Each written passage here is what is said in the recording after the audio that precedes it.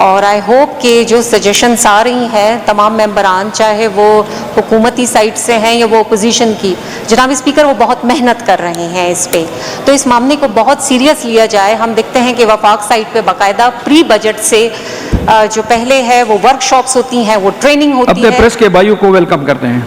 तो उसके बाद प्री बजट सेशन जो है असेंबली में स्टार्ट होता है, उस पर स्पीचेस होती हैं और उस पर जो तजावीज़ आती हैं तो वो अपनी मिसाल आप होती है। एक्चुअली वो उस हुकूमत की हेल्प होती है, इसमें अपोजिशन का कंट्रीब्यूशन होता है और हम कंट्रीब्यूट करना चाह रहे हैं। बात बजट की हो रही है, तो बजट जैसा कि सबको मालूम है कि ये एक कॉम्प्रिहेंसिव फिस्कल फ्रेमवर्क है, यानी एक हुकूमत अपने माली साल के लिए इसमें रेवेन्यू प्रोजेक्शंस और एक्सपेंडिचर प्रायोरिटीज डिसाइड करती है। हमारा बजट इंक्रीमेंटल बजट है। दुनिया आज परफॉर्मेंस बेस्ड बजट पे चली गई है, यानी अगर आपकी परफॉर्मेंस होगी तो आपको पैसा मिलेगा, क्योंकि दुनिया अपने एक एक पैसे को प्रोटेक्ट करती है। हमारे यहाँ ये निज़ाम नहीं है, क्योंकि उसके लिए आपको शुरू से कैलकुलेशंस करनी होती है, हर डिपार्टमेंट की निटी-ग्रिटीज़ को देखनी होती है, लेकिन शायद हमारे पास इतना टाइम ही नहीं है, बस हम इंक्रीमेंट देते चले जाते हैं। एप्रोप्रिएशन अकाउंट 2021 अकाउंटेंट जर्नल इस ट्रेंड को साबित करता है। 1975-76 खैबर पख्तूनख्वा का बजट, जनाब चेयरमैन ये बहुत इंपॉर्टेंट फिगर्स हैं, 4.666 बिलियन था। बात इंक्रीमेंटल बजट की हो रही है। फिर हम 2013 और 14 पे आएंगे तो बजट गया 373.089 बिलियन। फिर आखिरी 21-22 बजट गया 1353.288। तो साबित हुआ कि ये इंक्रीमेंटल है, यानी इसमें निटी-ग्रिटीज नहीं देखी जाती, इसमें कैलकुलेशंस नहीं देखी जाती हैं। ठीक है, सजेशंस आ गई हैं, मूड हुआ तो शायद डाल देंगे, मूड ना हुआ तो आई एम सॉरी, हुकूमत अपनी मनमानी करेगी। और अब का जो बजट आया है, जो पिछले साल का था 25-26, मैं ये बहुत फिगर्स जो है इम्पोर्टेंट मुजम्मिल साहब के साथ शेयर करना चाह रही थी, क्योंकि ये उनको हेल्प आउट करती। पहले मैं उन्हीं की फिगर्स उठाती हूँ। फेडरल ट्रांसफर्स आए हैं आपके 1506.9 बिलियन, जिसमें प्रोविंस का ओन सोर्स, जनाब चेयरमैन, ओन सोर्स 129 बिलियन है। 129 बिलियन ये सूबा जनरेट कर रहा है अपनी कैपेसिटी में, और ये बजट बनाता है 2000 का। तो इसको जरा प्लीज नोट डाउन कीजिएगा। मैंने हेल्प करना है, मैंने तनकीद बिल्कुल नहीं करनी है, क्योंकि ये मेरा सूबा है और मुझे इस बात का एहसास है, तो मैंने इसमें पॉजिटिविटी डालनी है और मैंने इसमें अच्छी रिकमेंडेशंस देनी है अपनी तरफ से। न्यूली मर्ज डिस्ट्रिक्ट के लिए उस बजट में था 292 billion. War on terror 1% 138 billion. Foreign project and loans आपके आए 177+ बिलियंस। तो मुजम्मिल साहब फरमा रहे थे, और पिछली बजट में भी ये फिगर्स हैं, कि जो डेट मैनेजमेंट होती है, जो हुकूमत के पास पैसा आता है और हुकूमत उसको कहीं इन्वेस्ट करके उस पर रिटर्न लेती है, तो हमारे पास वो भी 17 बिलियन आए। फिर माइंस एंड रेवेन्यू में एक्सपेक्टेड हमारे पास 7.2 बिलियन भी थे। उसके अलावा कैपरा से 4.8 बिलियन भी थे। पंजाब की बात मैं करूं, पंजाब का जो ओन सोर्स रेवेन्यू है वो 825.15 बिलियन है, जनाब चेयरमैन, 825.15 बिलियन, जबकि खैबर पख्तूनख्वा का सब कुछ मिला के 168.5 बिलियन रुपीस है। तो जनाब चेयरमैन, आप ये डिफरेंस देखें। अब जरा हम वफाक की बात करेंगे, क्योंकि सुबह बहुत गिला करता है, बहुत कंप्लेन करता मैडम, है। इस पे आ जाएं, बाकियों ने भी बात करनी है। It's all about figures. आप वफाक को उसके सूबे से कंपेयर कर रही है, पंजाब को कंपेयर कर रही है, इधर खत्म कर ले सूबे की बात। बता रही हूँ कि वफाक ने कितना पैसा दिया है। सर, 2010 से 2025 तक 5.9 ट्रिलियन रुपीस खैबर पख्तूनख्वा को वफाक की तरफ से दिए गए हैं। NMD में 2019 से 704 billion, war on terror 7005 billion, straight transfers 482.78 billion, IDP support कल मुजम्मिल साहब भी कह रहे थे परसों कि हमें जो है पैसे नहीं मिलते, तो 117.16 बिलियन, बहुत सारी फिगर्स हैं जनाब चेयरमैन। आप ये किताब देखें तो मैं भी थक जाऊंगी बोलते बोलते और आप भी थक जाएंगे। अब हमने करना क्या है? ये लड़ाई तो ऐसे नहीं स्टॉप होगी। सूबे को अपने पांव पे खड़ा होना होगा। सबसे पहली सजेशन ये है, उसके लिए ओन सोर्स रेवेन्यू, जिसको OSR कहते हैं, वो इस सूबे ने बढ़ाना होगा, खुद कफील होना होगा। मेरे यहाँ हुकूमती बेंचेस से भाइयों ने, मेरी बहनों ने, अपोजिशन से मेरे भाइयों ने बहुत ज़्यादा जो जोर दिया वो सियाहत पे है। यस, लास्ट टाइम भी मैंने एक फिगर शेयर किया था जिसमें खैबर पख्तूनख्वा की अपनी ही एक रिपोर्ट है कि वो टूरिज्म में एक साल 4 बिलियन रुपीस कमाता है। तो साबित हुआ कि ये कमाऊ पूत है। तो टूरिज्म पे हमने बहुत ज़्यादा जोर देना है। मेरे एक भाई ने बिल्कुल स्टार्ट में बात की और मैं बिल्कुल उनसे मुत्तफिक हूँ कि इसको एक इंडस्ट्री का दर्जा दिया जाए, खैबर पख्तूनख्वा की खूबसूरती लोगों को दिखाई जाए, इसको एक टूरिज्म हब बनाया जाए। दुनिया इसका जो चेहरा देखती है, यानी हम टेररिज्म ग्लोबल इंडेक्स पे पहले 2 पे थे और अब 1 पे आ गए हैं। तो हमने टूरिज्म को प्रमोट करना है।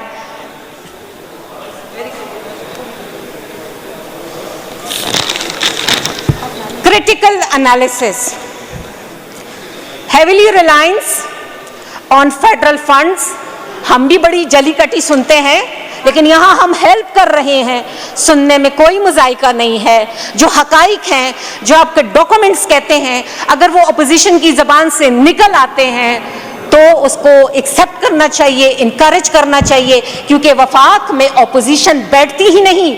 यहाँ अपोजिशन तड़प रही है कि हमें सुनिए, हम आपको हेल्प कर रहे हैं। फ़र्क ये है जनाब chairman, low own source revenue, development depends on foreign funding, ये ले दे के हमारा खुलासा है।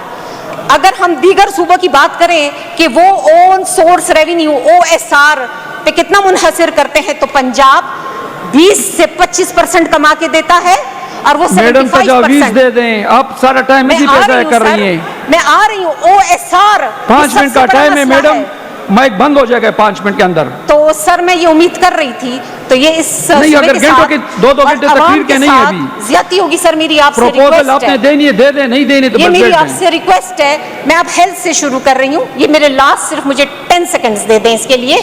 सिर्फ मैं पंजाब और सिंध का आपको OSR बता, उसके बाद फिर तजावीज़ देंगी। मैं सर बस आखिरी सिंध का मैं क्लोज कर लूँ। सिंध जो है वो 30% to 35% अपना OSR कमाता है। अब आ जाते हैं सर हेल्थ पे, क्योंकि आप तो मुझे और कोई बात कर नहीं रहे और मैं इसको शॉर्ट कर देती हूँ। हेल्थ का बजट था 276 बिलियन, जो कि 19% उसमें राइज आया।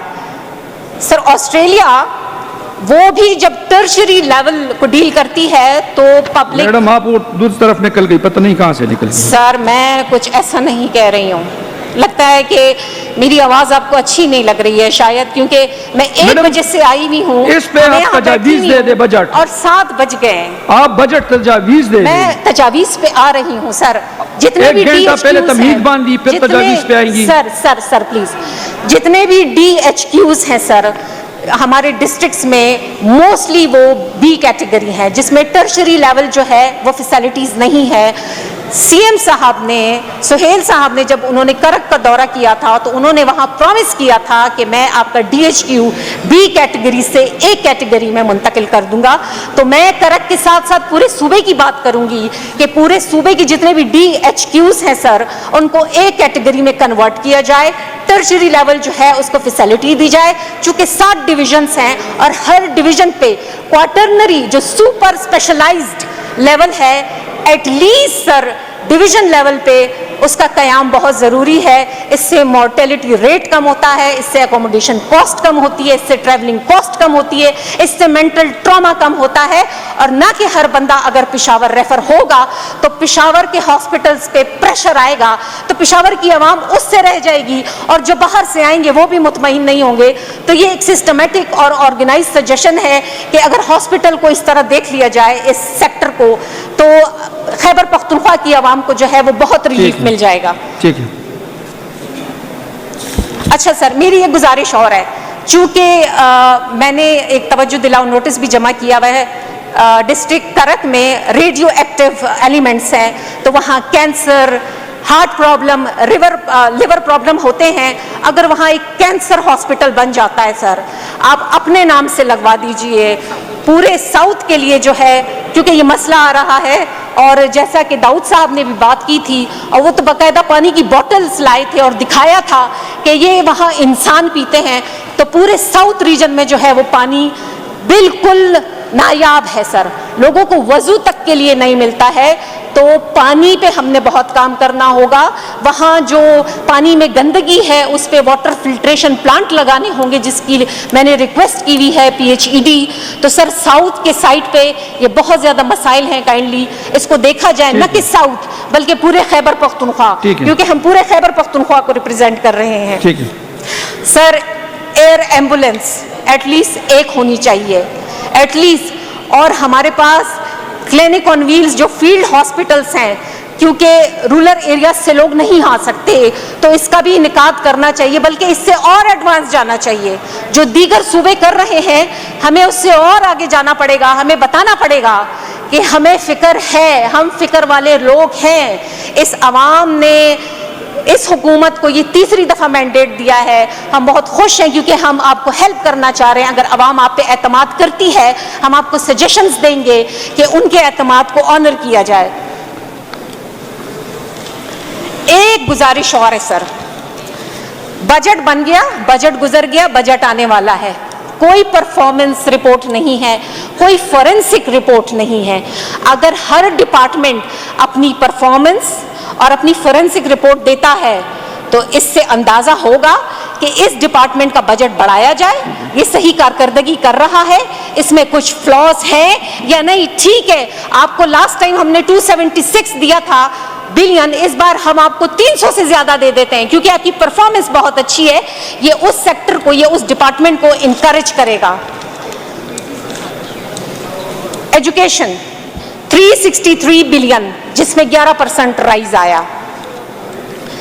मैं समझी थी सर कि शायद ये प्राइमरी स्कूल जो है सिर्फ करक में नहीं है, लेकिन चूंकि तमाम यहाँ मुअज़्ज़िज़ मेंबरान इस बात का गिला करते हुए नजर आए, मेरे ज़िले में कुर्ज शरीफ एक इलाका है जिसमें तकरीबन 15,000 आबादी है, और जनाब स्पीकर उसमें एक गर्ल्स प्राइमरी स्कूल भी नहीं है, एक गर्ल्स प्राइमरी स्कूल। और ये 21वीं सदी का दौर, और करक सबसे हाईएस्ट लिटरेसी रेट दे रहा है खैबर पख्तूनख्वा में, उसके बावजूद भी।